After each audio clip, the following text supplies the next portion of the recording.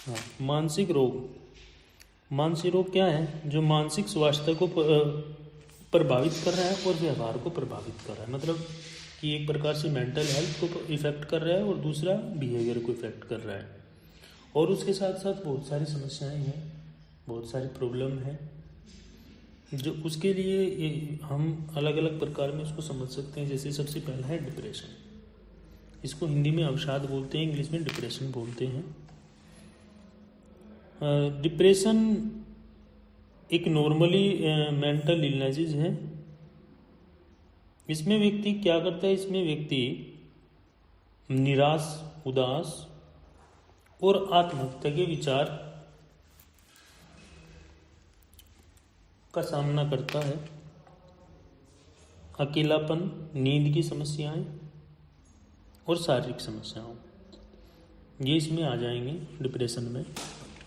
Depression is a common mental illness that can cause a person to feel hopeless, sad, and have suicide thought. It can also be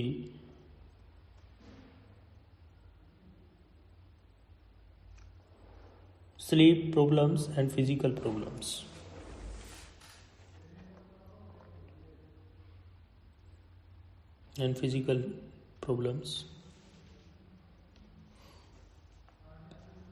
ये आपका depression के अंतर्गत आ जाएगा। दूसरा आ जाए anxiety disorder. Anxiety disorder में क्या होता है? इसमें जो सामान्यतः चिंताएं जो व्यक्ति को एक प्रकार से स्वाभाविक रूप से घेरे रखती हैं। चिंता के साथ साथ इसमें असंयमित, मतलब संयम ना रह पाना, मतलब अपने आप पर एक प्रकार से अपना आपा खो देना है ना। जैसे कोई क्या कहते हैं ना, कोई बोल रहा है, स्पीच दे रहा है, उसको पता ही नहीं चल रहा है बोल क्या रहे हैं। एंजाइटी डिसऑर्डर ये जीवन में मतलब घबराहट होना, भयानकता, डर, ये तो डेली का है ना रूटीन में। जिसको है यहाँ पे कोई ऐसा जिसको डर ज़्यादा लगता है? सर आपकी वॉइस ब्रेक हो रही है। मेरी वॉइस अब आ रही है ठीक? नेट जो है ना वाईफाई बीच में ब्रेक हो जाती है। ब्रेक हो रही है। अब ठीक आ रही है? अभी ठीक है। अब ठीक है ना? सभी को क्लियर वॉइस आ रही है? एक बार हैंड रेज करना।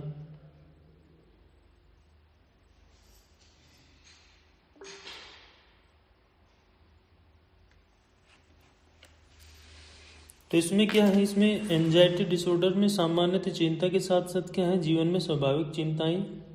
दूसरा इसमें एक चीज़ और हो जाएगी, इसमें व्यक्ति क्या कर लेता है? अपने आप पर संयम नहीं रख पाता। अभी मैंने बताया कि स्पीच से संबंधित प्रॉब्लम हो सकती है, जैसे कि पता नहीं चल रहा है कि क्या कह रहे हैं क्या नहीं कह रहे हैं। दूसरा घबराहट है ना, भयानक डर। तो क्या ऐसा यहाँ पर भी है कि जिसको घबराहट होती है,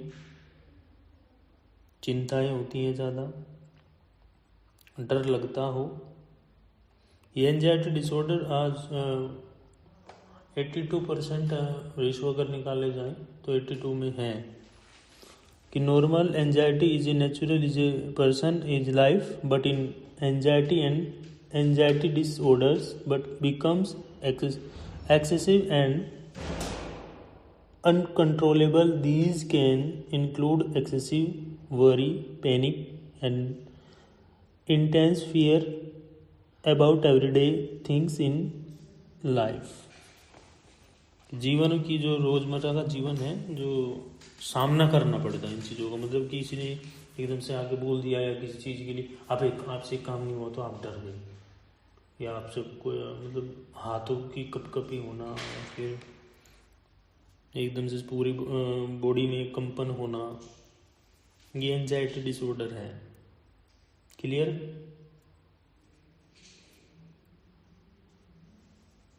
बाइपोलर डिसऑर्डर क्या होता है? बाइपोलर डिसऑर्डर में व्यक्ति क्या होता है, भावनाओं के में क्या होता है, उसकी जो इमोशन है उसमें चेंज होना शुरू हो जाएगा। उसमें वो एक प्रकार से क्या होता है, उसमें उत्तेजना मतलब एक्साइटमेंट तो होगा, लेकिन समय और निराशा उसके समय के साथ साथ उसके अंदर होगी। निराश जल्दी हो जाएगा, उत्साहित भी जल्दी होगा, निराश भी जल्दी हो जाएगा।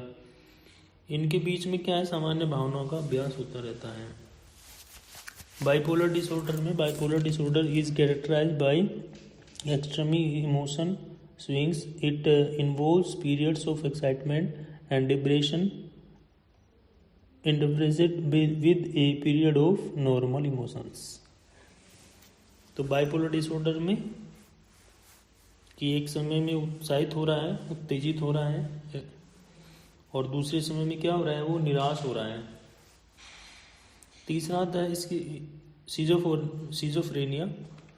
सिजोफ्रेनिया में क्या है, एक गंभीर मानसिक बीमारी है, एक क्रिटिकल सिचुएशन है इसकी, सीरियस मेंटल इलनेस, जिसमें व्यक्ति क्या होता है, विचार जो शक्ति होती है, मतलब उसका जो थॉट पावर है, वो एक तो वो उसका बिहेवियर, तीसरा उसका क्या सोच रहा है, क्या कह रहा है, उसको ये पता ही नहीं है। उसमें जो अलग से असामान्य चेंजिंग है, मतलब एबनॉर्मलिटीज चेंजिंग उसको अंदर मिलेंगे। और तीसरा इसमें यह व्यक्ति विचार और वाणी में आवाज़ सुनना, बोलना और बारे में उसकी भ्रांति के साथ आ सकता है। मतलब उसको मतलब कोई क्या कह रहा है, मतलब वो सुनने की वो करता है, लेकिन साथ साथ उसको मतलब नेगेटिविटी ज़्यादातर वो रहती है, मतलब भ्रम रहता है, भ्रमित व्यक्ति रहता है वो, एक प्रकार से अब सिजोफ्रेनिया वाला भ्रमित, जल्दी से भ्रम में आ, मतलब किसी ने कुछ कह दिया तो वो उसको मान बैठेगा, उसको कोई वो नहीं करेगा, और ज़्यादा सोचेगा उसके बारे में, उसका बिहेवियर अलग से मिलेगा आपको। तो ये schizophrenia. Schizophrenia is a serious mental illness characterized by usual changing in a person is thinking, behavior and perception of reality. It may also include delusion about hearing voices and speaking in a person is thought and speech. अब ये जो schizophrenia है या फिर bipolar है या फिर anxiety है, डिप्रेशन है, ये सारी क्या हैं, एक टाइप्स हैं किसके, मेंटल इलनेसेस के, जिसमें निराशा है, किसी में स्लीप प्रॉब्लम्स हैं, फिजिकल प्रॉब्लम्स हैं, और आपकी सबसे ज़्यादा क्या चीज़ें हैं जो हमारे इफेक्ट, ठीक तो चिंता, उदासी, निराशा, अकेलापन, तो ये सारी डिप्रेशन, बाइपोलर और सिजोफ्रेनिया में सेम चीज़ें हैं कुछ। एक में समय के साथ साथ वो चल रहा है, लेकिन वो एक समय में क्या हो रहा है, एक में चेंजिंग हो रहा है, उसके अंदर जल्दी उत्तेजित हो जाता है, जल्दी निराश हो जाता है। OCD भी एक डिसऑर्डर है, इसको ऑब्सेसिव कंपल्सिव डिसऑर्डर भी बोल सकते हैं, इसको OCD भी बोलते हैं, OCD। इसके व्यक्ति जो है दूसरों की तरह के स्वाभाविक तरीके से चिंता करने की तुलना में अधिक अनावश्यक चिंता करते हैं और विचारों के साथ होता है, मतलब हद से ज़्यादा चिंता कर लेना, और ओवर थिंकिंग जिसको हम बोल सकते हैं। और इसमें व्यक्ति क्या है, चिंता ही करता रहता है, मतलब एक प्रकार से उसकी जो चिंता है, उसकी जो प्रवृत्ति बन जाती है, हैबिट बन जाती है, आदत ही बन जाती है। OCD is a condition in which a person experiences unnecessary worries and thoughts. This condition is characterized by excessive and unresponsible anxiety as a compared to normal anxiety. तो ये तो क्या है, अनावश्यक रूप से वो विचार करता नहीं, मतलब उसको एक बात आपने देखा होगा, देखा तो जरूर होगा, इस प्रकार का जो पेशेंट है वो देखा होगा आपने, आस पड़ोस में मिल जाएगा इस प्रकार का, तो बहुत सारे मिल जाते हैं। OCD वाले बहुत मिल जाते हैं।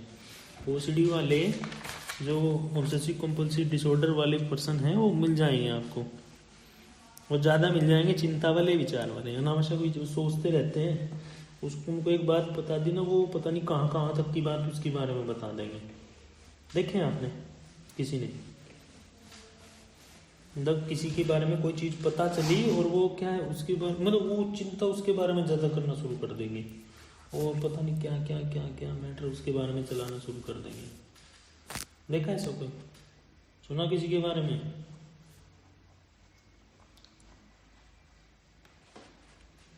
तो ये ओसीडी वाले हैं, ओसीडी को इसको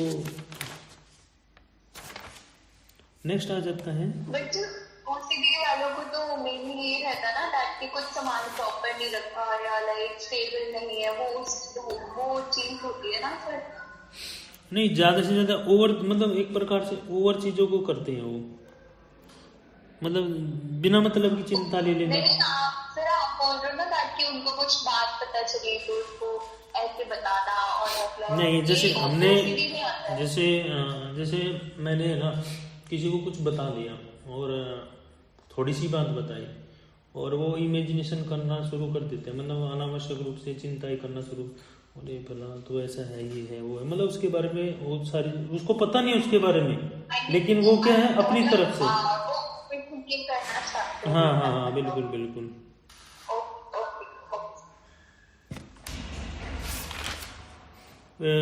नेक्स्ट आ जाता है पीटीएसडी।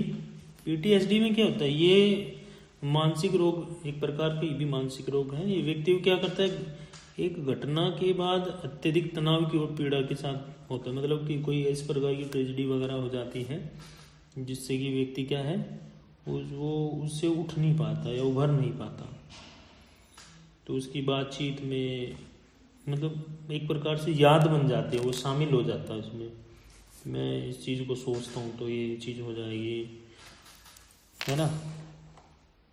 तो मतलब वो सोचता भी नहीं है उसके बारे में, और सोचता भी इतना, जब सोचता है वो इतना सोच लेता है उसके बारे में वो कि वो उसमें बिल्कुल खो जाता है।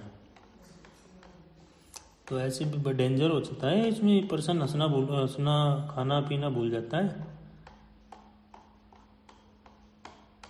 और आज के टाइम में तो है ना, प्रेजेंट टाइम में ये है कि आप है ना, लोग हंस ही नहीं पा रहे, जबरदस्ती हंस रहे हैं।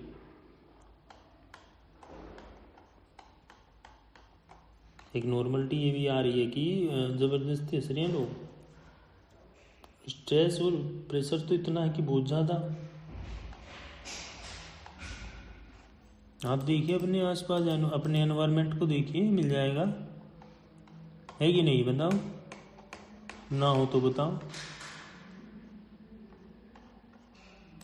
आपके आसपास का जो एनवायरनमेंट है उसमें मिल जाएंगे ऐसे।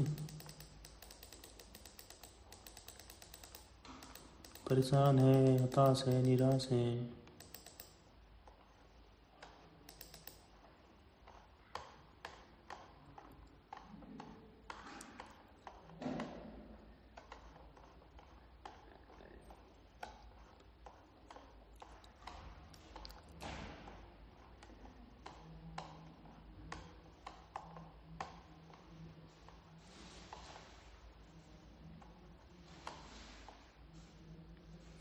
हाँ, तो नेक्स्ट आ जाएगा आपका, इसमें पीटीएसडी में बात कर रहे थे। पीटीएसडी में this mental illness is involves a person experiencing extreme stress and distress following A traumatic extent event. It involves memories of the events and situations surrounding by the traumatic events। एक आ जाता है आपका ADHD। ये खासकर ज़्यादातर बच्चों में होता है ADHD, लेकिन बहुत ही कम होता है जो बड़ों में होता है। इसमें अत्यधिक उत्साह हो सकता है या असमय की क्रियाएं हो सकती हैं, उसमें काबू नहीं रख, मतलब उसको कंट्रोल नहीं किया जा सकता। अगर इस प्रकार का अगर कोई ADHD वाला बच्चा है, ADHD वाला पर्सन है, तो इसको हम attention deficit hyper activity disorder भी बोलते हैं। Attention deficit hyper activity disorder. तो ये मतलब हाइपर हो जाएगा उसमें, बच्चा है या व्यक्ति है, ये खासकर बच्चों में ज़्यादा होता है।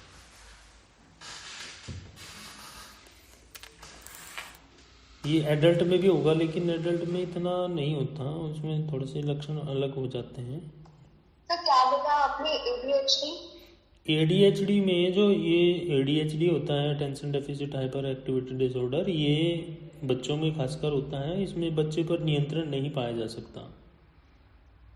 ये काबू नहीं रखने पर के लिए है कि बच्चे पर हम कंट्रोल नहीं कर पा रहे हैं, लेकिन समय रहते अगर उस पर ध्यान दे दिया जाए।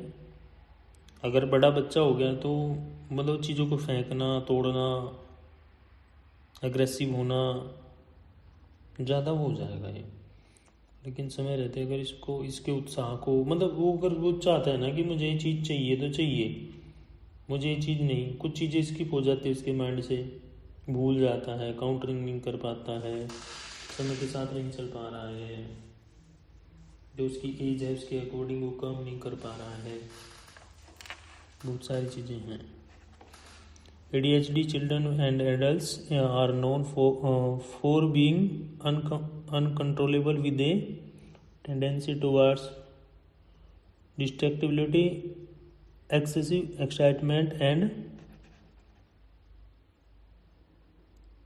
untimely actions।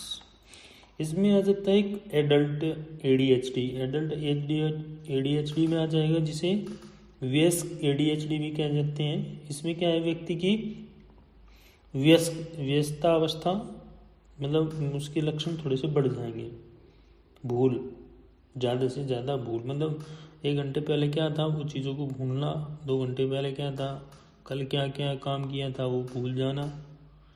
तो इसको हम एडल्टहुड या फिर इसमें आ जाए कंडीशंस थोड़ी सी अलग हो जाएगी। एडल्ट है ना, बड़ा हो जाएगा ना, तो इसका साइन सिस्टम अलग हो जाएगा।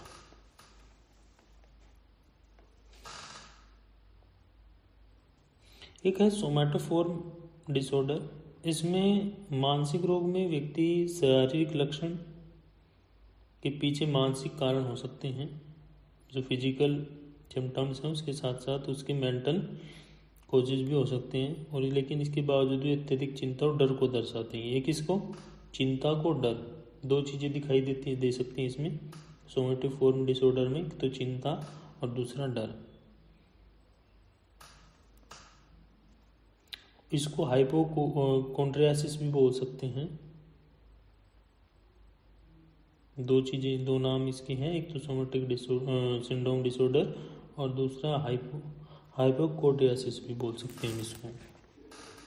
कि in this mental illnesses A person is symptoms reflect excessive anxiety and fear even thought the underlying physical symptoms may be psychological, which has somatization disorder, hypochondriasis। तो ये जो डिसऑर्डर है ये एक तो चिंता और डर, 2 चीज़ इसमें इंक्लूड हो जाएंगी। इसमें फिजिकल सिम्टम्स के साथ क्या है, मेंटल कॉजेज भी हैं, है ना।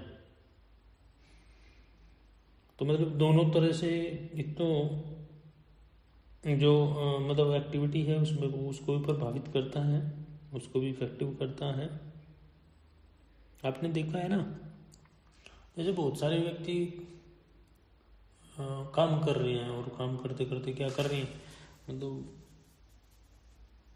उनके दिमाग से उतर जा रहा है कि चलो आज नहीं करते, कल करते हैं, कल नहीं करते, परसों करते हैं, और वो करते करते वो एक टाइम ऐसा था कि वो काम करना होता है, अब वो डर के मतलब उसको पता है लोड, एक तो लोड ले लेना, किसी वर्क लोड ले लेना, है ना, ज़्यादा काम हो गया, अब डर भी लगा कि आज ना हो तो क्या होगा, चिंता बढ़ जाती है उसकी। तो ये हमारा ये इसमें फिजिकली और मेंटली दोनों चीज़ें आ जाएंगी इसमें, है ना। वर्क लोड आ जाएगा इसमें आपका, दूसरा ये आ जाएगा सोसाइटी, फैमिली, ये आ जाएंगे इसमें, फैमिली प्रेशर, लड़ाई झगड़ों से दूर रहता है साथ में।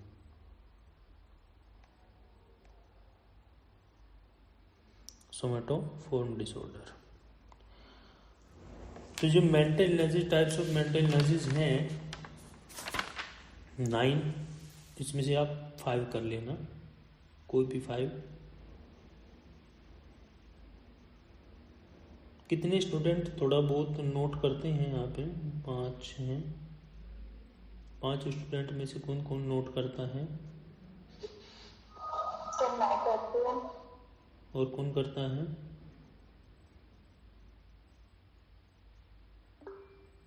और देखो नोट कर लीजिएगा, जो भी चीज़ें हुआ करे उसको नोट कर लीजिए, क्योंकि आपके बेनिफिट के लिए है, आने वाले टाइम में आपको बहुत सुविधा होगी इसमें। नेक्स्ट आ जाता है 3.5। इसमें कोरोनिक न्यूरोलॉजिकल डिसऑर्डर या कंडीशंस, ब्लड डिसऑर्डर आ जाता है। कोरोनिक न्यूरोलॉजिकल डिसऑर्डर कंडीशन है क्या? डेफिनेशन ऑफ कोरोनिक कि उसकी स्थिति और इसकी परिभाषा। जो हमारा सामाजिक न्याय और अधिकारिता मंत्रालय है, जो मिनिस्ट्री ऑफ सोशल जस्टिस है, उन्होंने प्रोनाउंस करेंगे क्रोनिक, क्या बोला सर आप लोग? Chorionic neurological conditions and blood disorder. इसमें हमारा जो टॉपिक है chorionic neurological condition, definition of chorionic neurological condition, यानी कोरोनिक न्यूरोलॉजिकल स्थितियां और कोरोनिक न्यूरोलॉजिकल स्थितियों की परिभाषाएं। जो ministry of social justice and empowerment है, उन्होंने एक नोटिफिकेशन दिया और उसमें डेफिनेशन भी दी 4 जुलाई 2018 में। 4 जुलाई 2018 को सामाजिक न्याय और आधिकारिक मंत्रालय ने एक नोटिफिकेशन, एक अधिसूचना जारी की, जिसमें कोरोनिक न्यूरोलॉजिकल डिसऑर्डर की स्थितियों के बारे में बताया गया, उनकी कंडीशंस क्या हैं उसके बारे में बताया गया। तो सबसे पहली जो कंडीशन स्थितियां हैं न्यूरोलॉजिकल, कोरोनिक न्यूरोलॉजिकल की, इसमें सबसे पहला आ जाएगा मल्टीपल स्क्लेरोसिस। मल्टीपल स्क्लेरोसिस है क्या? ये एक प्रकार की तंत्रिका तंत्र की बीमारी है। किसकी? नर्वस सिस्टम की। एक नर्वस सिस्टम डिजीज है मल्टीपल स्क्लेरोसिस। जिससे क्या होता है, इससे जो माइंड है, जो आपका ब्रेन है, वो प्लस आपकी जो रीढ़ की हड्डी है, जो आपको बोन मैरो कह लीजिए या स्पाइनल कोड कह लीजिए, वो तंत्रिका कोशिकाएं चारों तरफ से मायरीन आवरण क्षतिग्रस्त हो जाते हैं। मतलब जो चारों ओर का इसका कवरिंग लेयर है वो क्या हो जाती है, इफेक्ट हो जाती है। इसमें ये किसी प्रकार की कार्य करने में बाधक बनती है। दूसरा, ब्रेन और बोन मैरो की जो कोशिकाएं, जो सेल्स है, वो एक दूसरे के साथ क्या नहीं कर सकती, संवाद नहीं करती। लेकिन अगर नर्वस सिस्टम इफेक्टिव है, ब्रेन सही है, बोन मैरो स्पाइनल कोड ठीक है, तो वहाँ पे वो कोशिकाएं क्या कर सकती हैं, एक साथ कम्युनिकेशन कर सकती है, कम्युनिकेट कर सकती हैं। तो मल्टीपल स्क्लेरोसिस में ये आता है कि आपकी जो मांसपेशियां हैं, जो तंत्रिका कोशिकाएं हैं, नर्व सेल्स हैं, वो इफेक्टिव होंगी। जैसे टूट जाती हैं, चोट लग जाती है किसी को, तो refers to a nervous system disease in which by myelin sheath around the axon of nerve cells in the brain and spinal cord are damaged, leading to nerve demyelination and affecting the ability of nerve cell in the brain and spinal cord to communicate with each other. तो कोरोनिकल multiple sclerosis के में यही एक बीमारी, गंभीर बीमारी है, जिसमें उठ भी नहीं पाता इंसान। उठना, खिसक भी नहीं पाता और सीधा तो चल नहीं सकता। नेक्स्ट आ जाता है पार्किंसंस रोग, पार्किंसन डिजीज आ जाती है। ये भी नर्वस सिस्टम की डिजीज है। इसमें कपकपी जो मांसपेशियां वो कठोर हो जाएंगी, मतलब मूवमेंट नहीं कर पा रहा इंसान,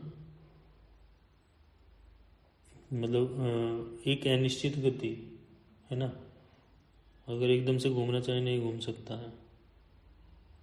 ये जब एज ये मान के चलिए 20 अबव या 25 30 के बीच, 30-35 के बीच, यानी मध्य आयु के बीच, या फिर आप कह सकते हैं 40, 40, 50, 56, 60, यानी या तो बीच के जो आयु है, जो मिडिल एज है वो, प्लस जो ओल्ड एज है, उन लोगों को प्रभावित करती है जो मस्तिष्क के साथ साथ basilar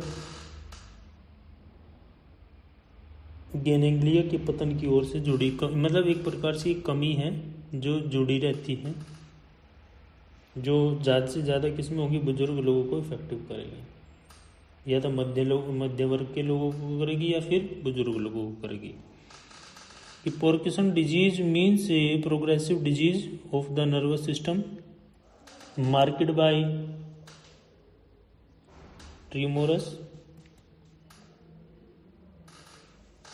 muscles stiffness and slow uncertain movements, affecting mainly middle age and adult people, that is associate with degeneration and impairment of the basal ganglia of the brain।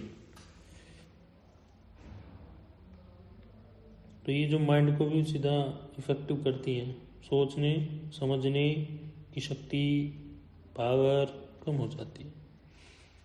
अब कोजेज इसके क्या हैं? Causes of chronic neurological condition के causes क्या हैं? Chronic neurological के कारण क्या है, उत्पन्न कहाँ से है? सबसे पहले इसका जो कारण है पार्किंसंस रोग, अल्जाइमर रोग, मल्टीपल स्क्लेरोसिस। तो इसमें ये आ जाएंगे, कोजेज आ जाएंगे इसके। सबसे पहला पार्किंसंस रोग। ये जो पार्किंसंस रोग है ये न्यूरोडिजाइन सेल अगर की कमी के कारण, मतलब अगर कमी इस सेल की न्यूरोडिजाइन सेल्स की कमी हो जाती है तब ये रोग होता है पार्किंसंस रोग। इसमें क्या होता है, इसमें जो फिजिकल एक्टिविटी है उसमें कमी आ जाएगी, साथ ही साथ जो तंत्रिकाएं हैं हमारी, जो नर्व सेल्स है, नर्वस सिस्टम है हमारा, वो एक प्रकार से क्या हो जाएगा, वर्किंग नहीं कर पा रहा है, वो एकदम से कहते हैं ना बैठ जाना, तो वो एकदम से क्या हो जाएगा, वर्क नहीं कर पाएगा। और वो जैसे व्यक्ति चल नहीं पा रहा है, फिर नहीं घूम नहीं पा रहा है, मूवमेंट नहीं कर पा रहा है।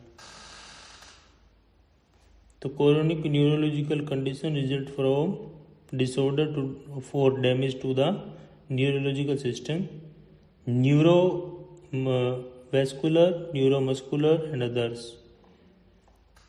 So these conditions can affect a person's neurological health and functioning and can be a life alerting. Some chronic neurological conditions include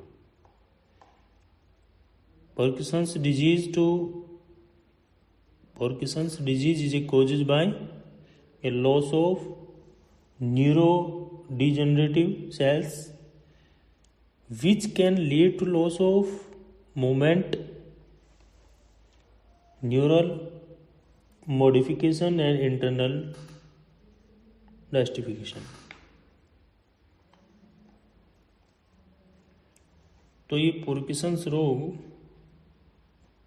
physical activity को प्रभावित कर रहा है और साथ ही साथ हमारा जो नर्वस सिस्टम है उसको भी इफेक्टिव कर रहा है। नेक्स्ट आ जाता है अल्जाइमर डिजीज। अल्जाइमर डिजीज में क्या होता है, दिमाग की जो कोशिकाएं हैं, जो मस्तिष्क की जो सेल्स हैं, वो इफेक्टिव होती हैं। इसमें क्या होता है, इसमें जो मेमोरी है और जो थॉट्स हैं उनकी कमी हो जाएगी। लंबे समय तक आप किसी चीज़ को याद नहीं कर पा रही हो, लंबे समय तक आप किसी विचार को नहीं रोक पा रहे हो। तो अल्जाइमर डिजीज ये cause by progressive degeneration of brain cells leading to loss of memory and thinking. Multiple sclerosis की बात कर रहे थे। मल्टीपल स्क्लेरोसिस न्यूरोलॉजिकल सिस्टम के इम्यून सिस्टम के खिलाफ कोई भी प्रतिक्रिया का कारण बन सकती है। एक प्रकार से क्या है, नर्वस वर्किंग सिस्टम है वो आपका वो वर्क नहीं कर पा रहा है, मतलब सोच कुछ रहे हो कुछ रहा है, चीज़ें करनी कुछ चाह रहे हैं हो कुछ रहा है। दिमाग भरा भरा सा रह रहा है। Multiple sclerosis is a cause by a heredity reaction of a neurological system against to immune system, leading to the destruction of the myelin sheath of nervous and impairment of personal function. Next आ जाता है epilepsy. epilepsy neurological system electrical movement के कारण होती है, जिसमें आकस्मिक और असामयिक आक्रामक हो सकते हैं। Epilepsy is cause by abnormal electrical activity of the neurological system leading to sudden and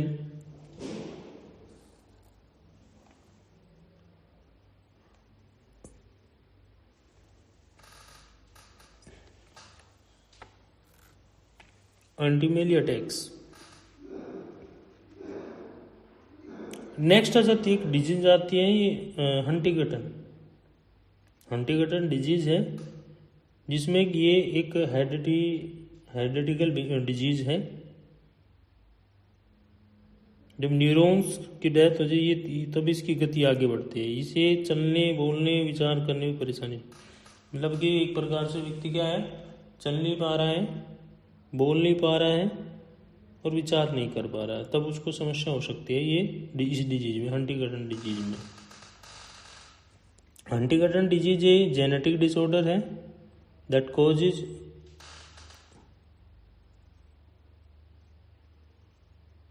A clinated neural death leading to problems with walking.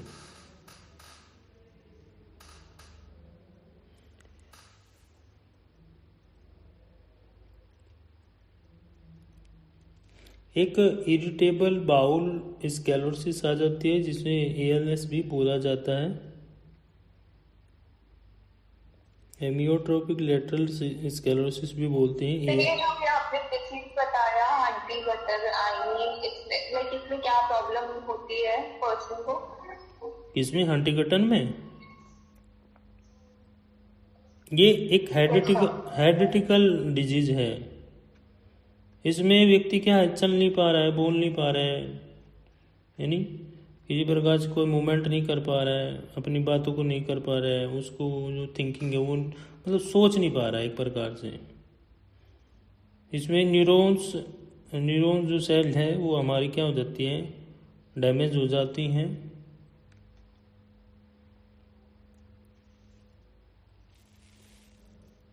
जो हमारी गूगल पे डाला है जो आपने बताया उसमें तो थायराइड का कुछ आ रहा है, तो मैंने स्पेलिंग गलत डाली और बहुत मतलब आप बता दो।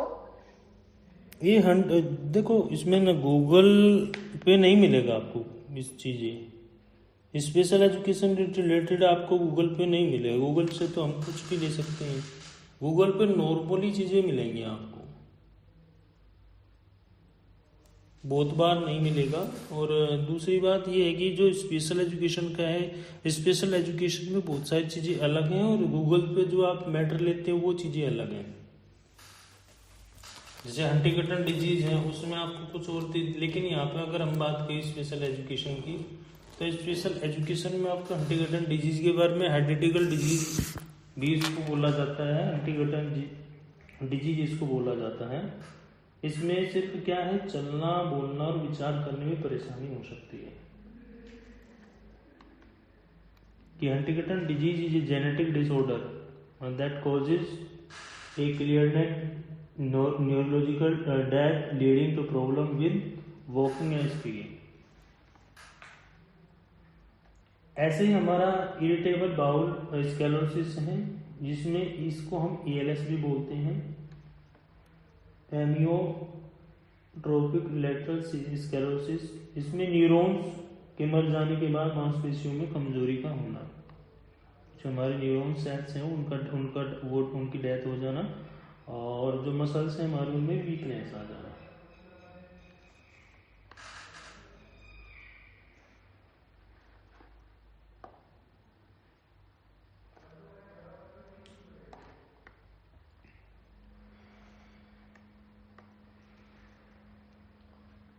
नेक्स्ट आ जाता है हमारा इरिटेबल बाउल सिंड्रोम, जिसको हम IBS बोलते हैं, irritable bowel syndrome.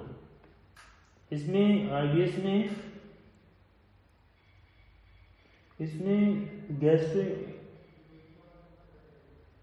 Gastro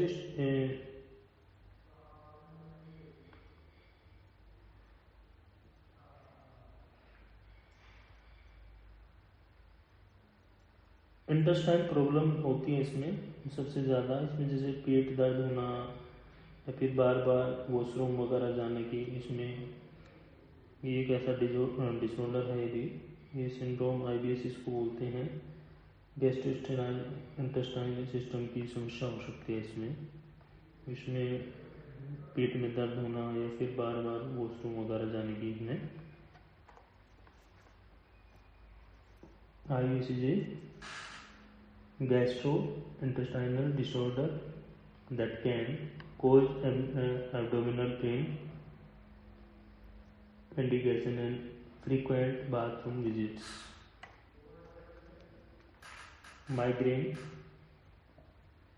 migraine क्या है? एक प्रकार की सिर दर्द की बीमारी है। इसमें अक्सर क्या है, वोमिटिंग वगैरह और संवेदनहीनता की भावना हो सकती है। Migraine is a type of headache disease which can often cause vomiting and feeling of sensitivity. Neuropathy neurological system यानी न्यूरॉन्स की क्षति के कारण होता है। इसमें जो हमारा नर्वस सिस्टम है उसमें कमजोरी, उसमें वीकनेस, स्वेलिंग वगैरह का हो जाना, और हेरिडिटल कॉजेज भी इसके हो सकते हैं। वायरल इन्फेक्शन हो सकता है, बैक्टीरियल इन्फेक्शन हो सकता है। Neuropathy can be caused by damage of the neurons of the neurological system, leading to weakness, swelling and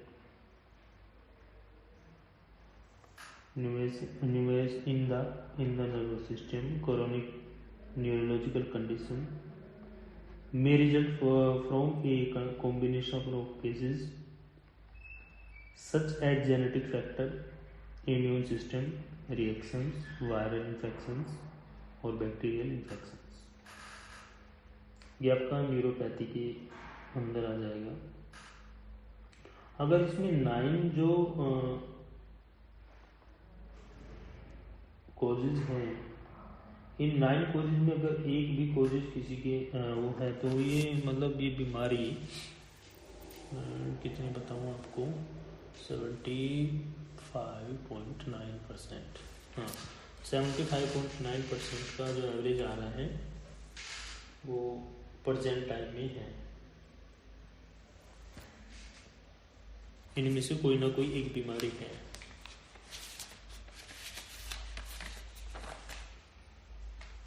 next आ जाता है इसमें, अगर इसकी प्रिवेंशन कैसे करेंगे, preventive measures of chronic neurological conditions. अगर ये प्रकार की दिक्कतें हैं तो सबसे पहले है हेल्दी डाइट,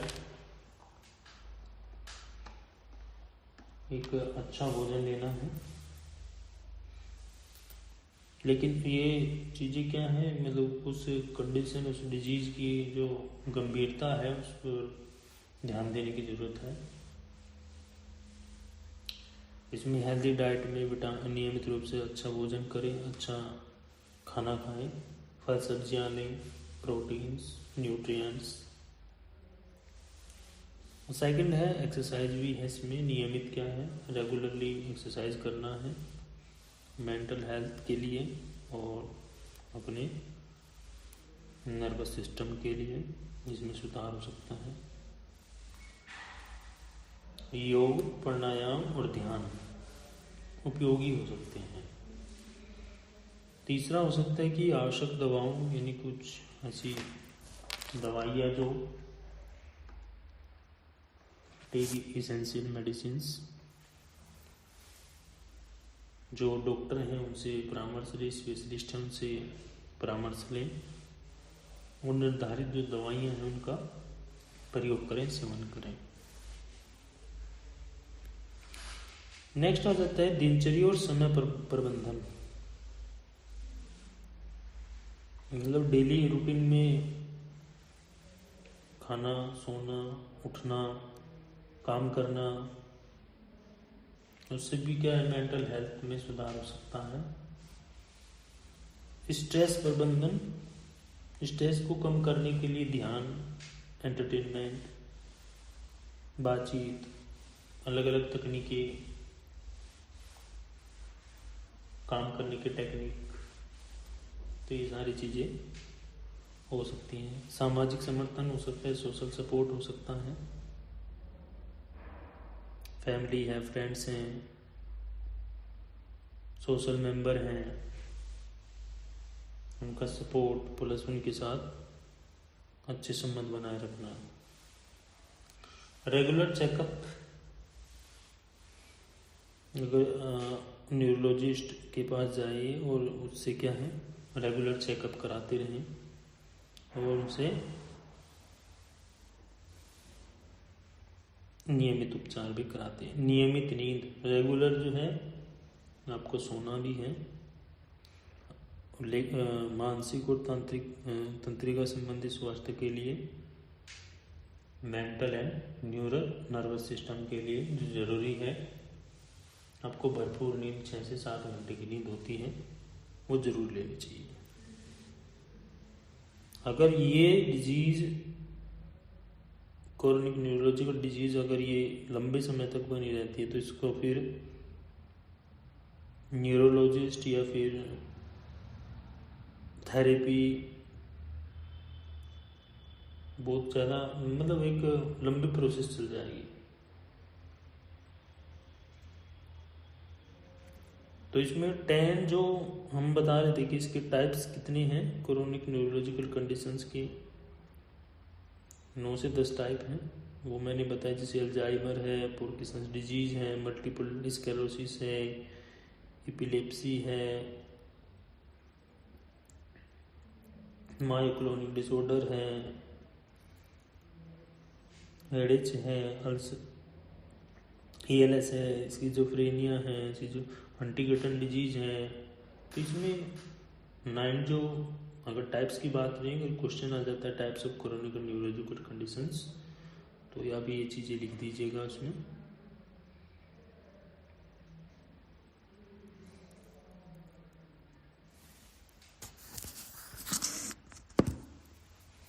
नेक्स्ट अगर हम बात करें ब्लड डिसऑर्डर के बारे में, 3.522 ब्लड डिसऑर्डर, WHO ने इसको डिफाइन किया है। इसको हम मेटोलॉजिकल डिसऑर्डर भी बोलते हैं।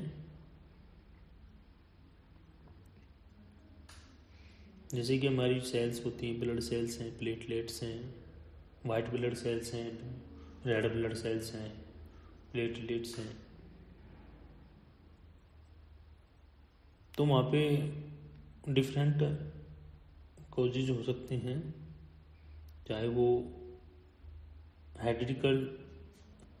हेरिडिटी सिम्टम्स हो, या फिर कोई संक्रामक रोग है, या फिर विटामिन्स वगैरह की, मिनरल्स वगैरह की कमी के कारण भी ये ब्लड डिसऑर्डर हो सकता है।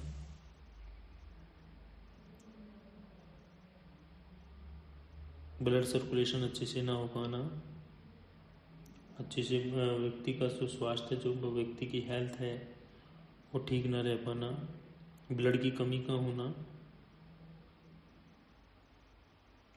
जिसकी वजह से रक्त विकार या ब्लड डिसऑर्डर होता है।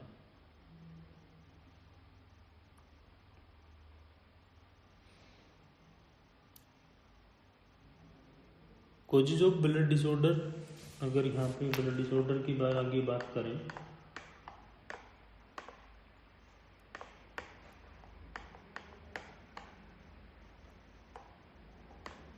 कि blood is a integral part of human body, क्योंकि खून जो है, ब्लड जो है, वो शरीर का एक अभिन्न हिस्सा है, अंग है,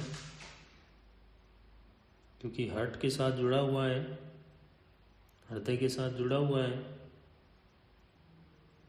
क्योंकि जब भी हम कुछ खाते हैं, खाने के साथ साथ हमारा जो हमारे न्यूट्रिएंट्स हैं वो पहुंच रहे हैं, क्योंकि जितना हम खाते हैं वो हमारा मिनरल्स के रूप में, हमारे खनिजों के रूप में, हमारे न्यूट्रिएंट्स के रूप में हमें मिल रहा है। लेकिन अगर शरीर में, बॉडी में कोई किसी प्रकार की दिक्कत या कोई कमी हो जाती है तो हमारा ब्लड इम्प्योर हो जाता है। क्या हो जाता है? इम्प्योर हो जाता है। इसको हम अरे खून अशुद्ध भी बोल सकते हैं कि ब्लड हमारा अशुद्ध है।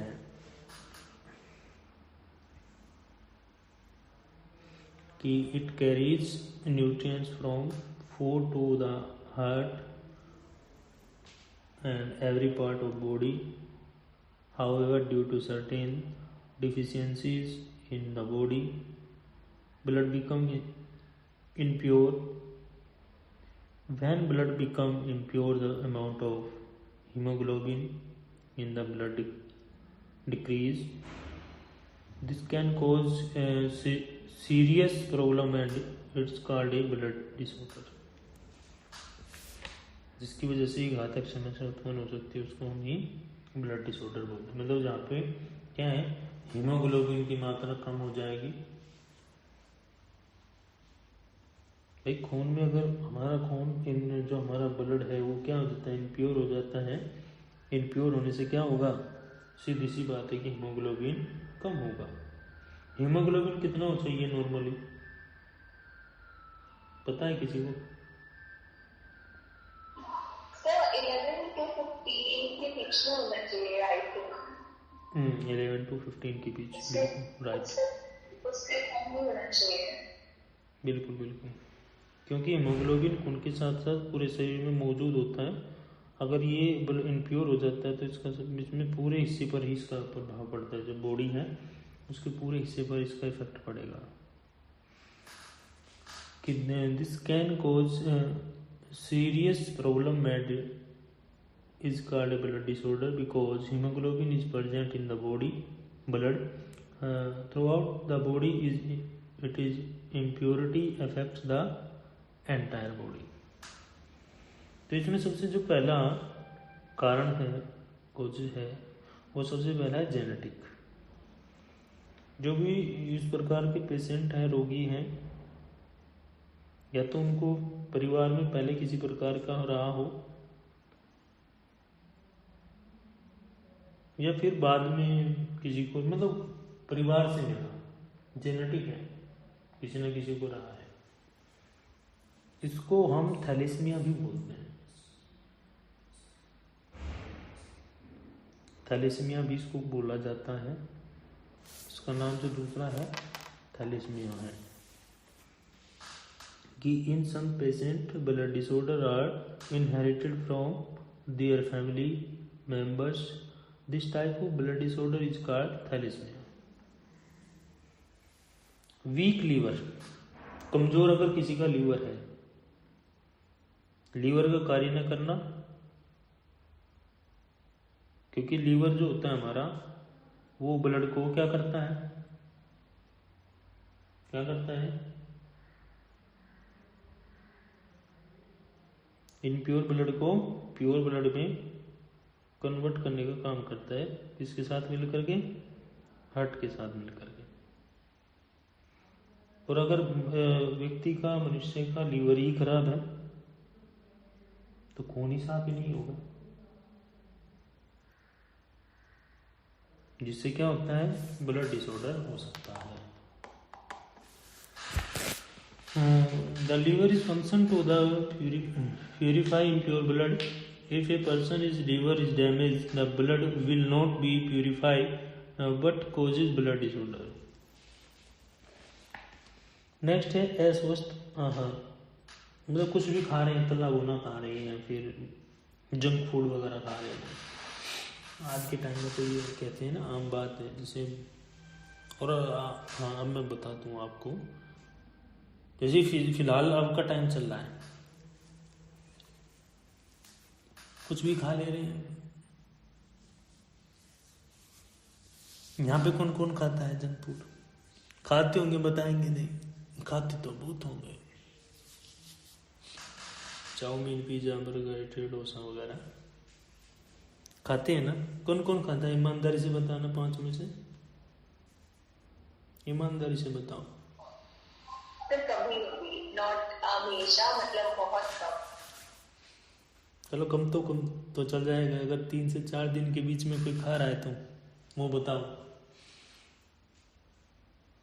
कुछ तो इसको मैं मानता हूँ, तो हैबिट बन जाती है, आदत बन जाती है कि डेली चाउमीन खा रहे हैं, पैर उठाएंगे नहीं दुकान से। तो अस्वस्थ आहार भी इसका कारण हो सकता है। जैसे 2 दिन का भोजन रखा हुआ है वो खा लिया, मिर्च मसाले ज़्यादा खाते हैं, उससे भी हमारे क्या इफेक्ट पड़ता है। देखो सीधी सी बात है, बॉडी को क्या चाहिए? जो नॉर्मल है।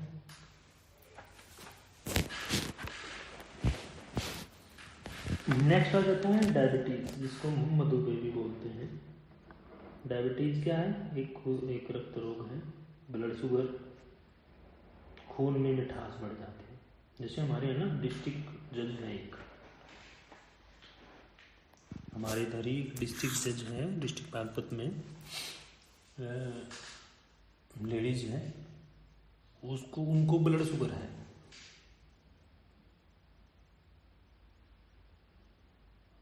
देखो हमने यहाँ पे कारण ढूंढ लिया ना, मिल गया हमारा एक पेशेंट।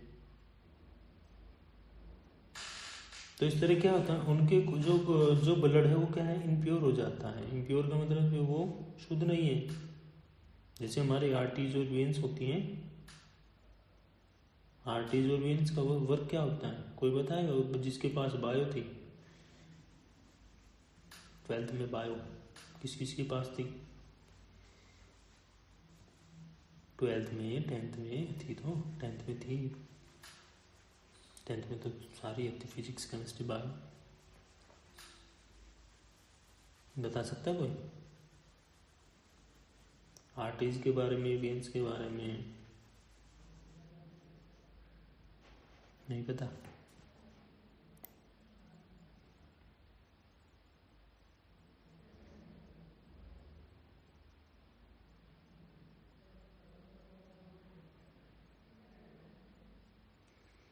इसमें हम डायबिटीज की बात करें तो इसमें क्या है, ब्लड क्या हो जाएगा, इम्प्योर हो जाएगा, जिससे कि ब्लड डिसऑर्डर होने की ज़्यादा संभावना रहती है।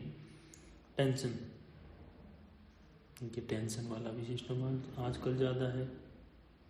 इसमें भी क्या होता है, व्यक्ति के रक्त पर प्रभाव सीधा सा पड़ता है, ब्लड पर भी। टेंशन,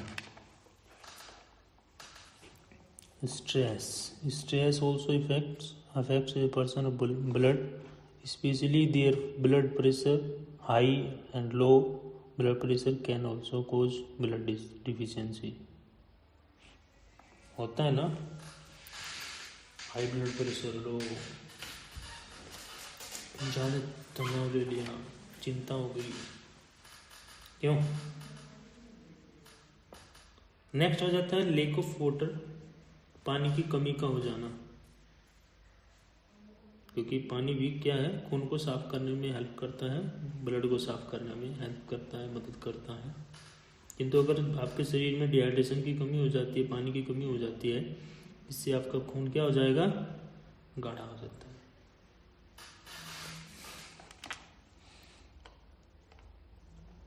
तो water also help in purifying the blood, but if there is a lack of water in your body, then it thickens your blood, due to which in the blood faces problem in flowing in the veins and can cause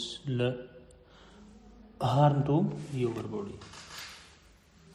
तो आपकी body को नुकसान पहुंच सकता है, क्योंकि veins में तो वो दौड़ेगा नहीं फिर, क्योंकि गाढ़ा हो गया तो कोई चीज़ है।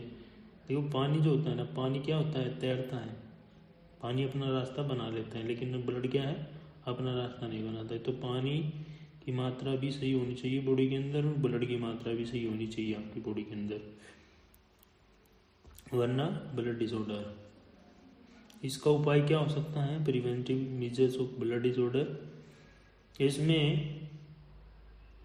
आपका सबसे पहला तो, अगर प्रिवेंटिव उपाय यहाँ पे निकालें तो सबसे पहला है आहार संशोधन। आप क्या खा रहे हैं, कैसा खा रहे हैं, वो भी आप पर डिपेंड। सबसे पहले तो इसमें जैसे कि आप अच्छा खा रहे हैं, फल खा रहे हैं, सब्जियाँ खा रहे हैं, दाल खा रहे हैं, प्रोटीन ले रहे हैं तो बढ़िया है, विटामिन है, मिनरल्स वगैरह ले रहे हैं, डेली का रूटीन है आपका, आयरन भरपूर ले रहे हैं तो क्या है, ठीक है। साफ पानी पी रहे हैं, अच्छा पानी पी रहे हैं। जैसे दिल्ली में एयर प्यूरीफायर लगवा रहे हैं लोग, लगवा रहे हैं ना, तो हवा भी साफ ले रहे हैं, वो तो ले रहे हैं ना, पता होगा दिल्ली वालों को तो पता है। प्यूरीफायर तो घर पर ही तो है, बाहर आप निकल रहे हो, जा रहे हो इतने लोगों के बीच में, तो वहां तो ऑब्वियस की बात है। हाँ तो AQI वहाँ पे बढ़ रहा है, उसका भी सीधा सा इफेक्ट हमारी बॉडी पर पड़ रहा है। डेली बेसिस पे तो ब्रीथ लेने में भी काफी प्रॉब्लम हो रही है। बिल्कुल। तो ये तो एक चीज़ है कि हमारी बॉडी को अगर बचाया जा सके तो कैसे कैसे, है ना। और दूसरा इसमें हार्मफुल जो हैबिट्स वगैरह हैं, जैसे अल्कोहल है या स्मोकिंग वगैरह, ये भी अगर इससे बचा जाए तब भी बहुत सारे परिवर्तन हम कर सकते हैं। डेली क्या करना चाहिए, डेली एक्सरसाइज करनी चाहिए, वो मतलब एक प्रकार से योग हमें करते रहना चाहिए। और साथ साथ नई नई तकनीकी, नई टेक्नोलॉजी, न्यू टेक्नोलॉजी से जुड़े ब्लड प्रेशर को नियंत्रित करें अपना। ब्लड जो है, ब्लड का जो प्रेशर है उसको लो और हाई ज़्यादा ना हो, नॉर्मली रखें। नॉर्मली की तो इससे ही होगा, आप डेली योगा करेंगे, एक्सरसाइज करेंगे तो क्या है, सारी चीज़ें ऑटोमेटिकली ठीक रहेंगी। अब खाएंगे आप जंक फूड तो कैसे ठीक होगा, आप ज़्यादा स्ट्रेस लेंगे तब क्या होगा। तो ये तो चीज़ें हैं। और डेली अपना रूटीन में क्या कराएं, अपना नियमित चेकअप कराते रहें, बीच बीच में अपना टेस्ट कराते रहें। और ऐसा ना हो कि आप किसी से स्टोर वाले से कोई भी दवाई ले रहे हैं, कोई भी खा रहे हैं तो इसका सीधा साइड इफेक्ट आपको पड़ेगा ही पड़ेगा। तो जो हमें अपने आप को सुरक्षित रखना है।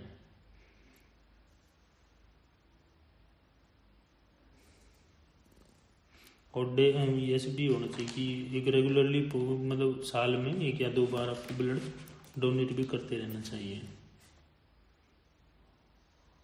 अगर शरीर ठीक है तो, बॉडी ठीक है तो, ऐसा नहीं कि जो कमज़ोर है वो भी कि जाओ और ब्लड डोनेट करके आओ, नहीं, वो नहीं। डॉक्टर की सलाह लेते रहे साथ साथ, क्योंकि ऐसा है ना, पता ही नहीं, हमें पता नहीं चल पाता। बहुत बार क्या होता है कि हमारी बॉडी में बहुत सारी बीमारियाँ इकट्ठी होती जाती हैं और हमें पता ही नहीं, एहसास भी नहीं हो पाता। लेकिन जब हम कोई चेकअप वगैरह कराते तो इतनी सारी बीमारियाँ निकल जाती हैं, बहुत सारी।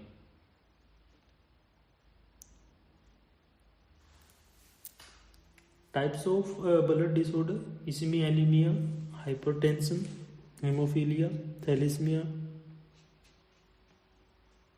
थ्रोम्बोसाइटोपेनिया, ये ब्लड डिसऑर्डर के टाइप हैं। Blood cancer, polycythemia vera, cytopenia. तो ये जो 8 टाइप्स हैं, इसमें एनीमिया है। एनीमिया किसके कारण है आपको पता ही होगा, अगर हीमोग्लोबिन की कमी हो जाती है, हीमोग्लोबिन की कमी के कारण आपके पास एनीमिया होता है, ब्लड है, तो इसमें ऑक्सीजन पहुंचने में समस्या होती है, ऑक्सीजन प्रॉपरली नहीं हो पाती हमारी। आयरन डेफिशिएंसी हो सकती है, आयरन की कमी, विटामिन डिफिशिएंसी, हाइपरटेंशन, मतलब जो आपका हार्ट है वो प्रॉपरली वर्क नहीं कर पा रहा है, रिस्क बढ़ जा रहा है, हार्ट अटैक हो रहा है, जिसमें न्यूरोलॉजिकल डिजीज हो जाएंगी, है ना। ये ब्लड प्रेशर कभी हाई तो कभी लो, तो आज के टाइम में ज़्यादा बढ़ रहा है। हीमोफीलिया है, ये भी एक हेरिडिटिकल ब्लड डिसऑर्डर है, ब्लड का थक्का बन जाना,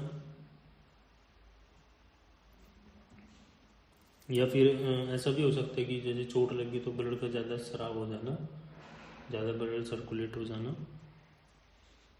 थैलेसीमिया में आपका एक आनुवंशिक एनीमिया है जो हीमोग्लोबिन और के असामान्य रूप से बनने के कारण होता है, जिसमें अगर आपके जो ब्लड सेल्स हैं उनमें कमी हो जाती है, तो वाइट ब्लड सेल्स हैं, रेड ब्लड सेल्स हैं, प्लेटलेट्स हैं। नॉर्मली प्लेटलेट्स कितनी होती हैं?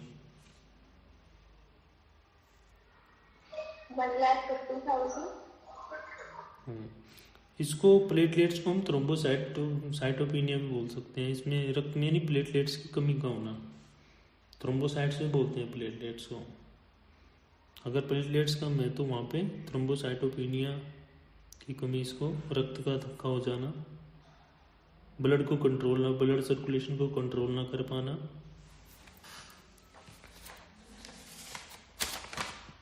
ब्लड कैंसर में क्या हो जाएगा, असामान्यता बढ़ने के कारण हो सकता है ल्यूकेमिया हो सकता है, माइलोमा हो सकता है, लिम्फोमा हो सकता है। तो ये सारी चीज़ें हमारी इसमें टाइप्स ऑफ ब्लड डिसऑर्डर में आ जाएंगे। ब्लड डिसऑर्डर के क्वेश्चन पूछा जाता है और शायद 3 से 4 बार आ चुका क्वेश्चन। डेफिनेशन पूछी जा गई है और कोजेज इसके पूछे जा सकते हैं, ठीक है। किसी प्रकार के अगर कोई भी क्वेश्चन है आपका तो उसका पूछ सकते हो।